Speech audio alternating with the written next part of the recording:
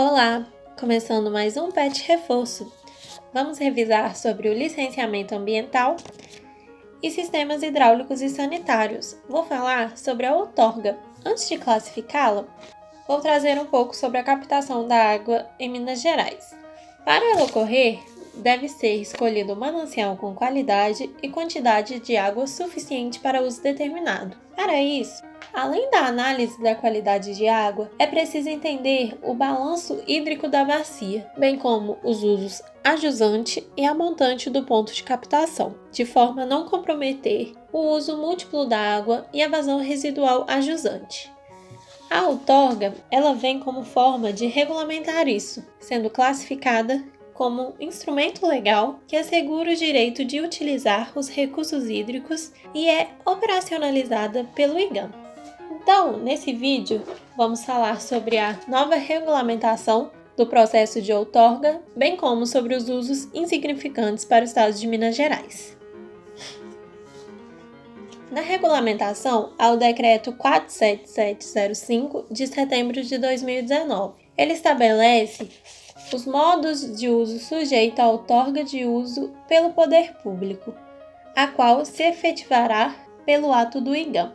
Trata também sobre os processos administrativos relativos a essa regularização e também sobre a outorga de uso de recursos hídricos subterrâneos e também dá outras providências. A Portaria IGAM 48, de 4 de outubro de 2019, alterada pela Portaria IGAM 12 de 2020, estabelece os critérios para a outorga de direito de uso de recursos hídricos, como, por exemplo, a vazão de referência.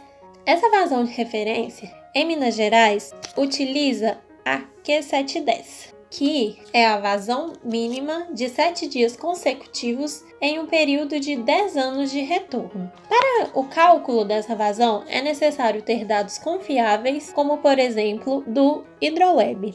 E o procedimento é calcular as médias móveis de 7 dias para serem escolhidas e quanto maior o tempo, mais confiável é o resultado, identificar as mínimas dessas médias móveis de cada ano e aplicar uma distribuição estatística como a equação de Gumbel. Aqui eu mostro a equação de Gumbel, onde há as Q-médias das mínimas de cada ano, o desvio padrão das mínimas anuais e o tempo de retorno. Caso não seja possível obter esses dados, existem estudos do IGAM e da UFV sobre a regionalização das bacias hidrográficas, ou seja, são feitos estudos que atribuem vazões específicas para determinados locais. Essas vazões específicas podem ser multiplicadas pela área de drenagem da bacia para obtenção da Q710. A portaria também determina os prazos da outorga de direito de uso dos recursos hídricos, até 35 ou até 10 anos, dependendo do uso. Destaca os condicionantes relativos à concessão de outorga de direito de uso de recursos hídricos e cita os usos independentes da outorga de direito de uso de recursos hídricos. Também dá outras providências. Os usos insignificantes para o estado de Minas Gerais são regulamentados por duas deliberações normativas, que abordam as condições específicas que podem ser enquadradas como uso insignificante. Nesse caso, a captação é dispensada de outorga, mas necessita de um cadastro.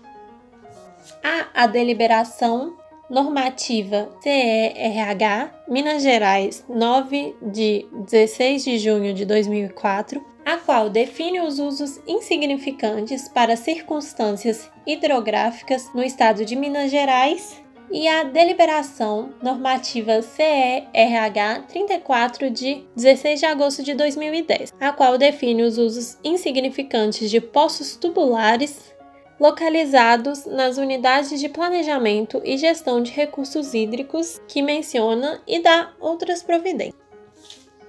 Essa foi a nossa revisão de outorga. Nos próximos vídeos vamos continuar tratando sobre as disciplinas de sistemas hidráulicos e sanitários e o licenciamento ambiental. Até mais!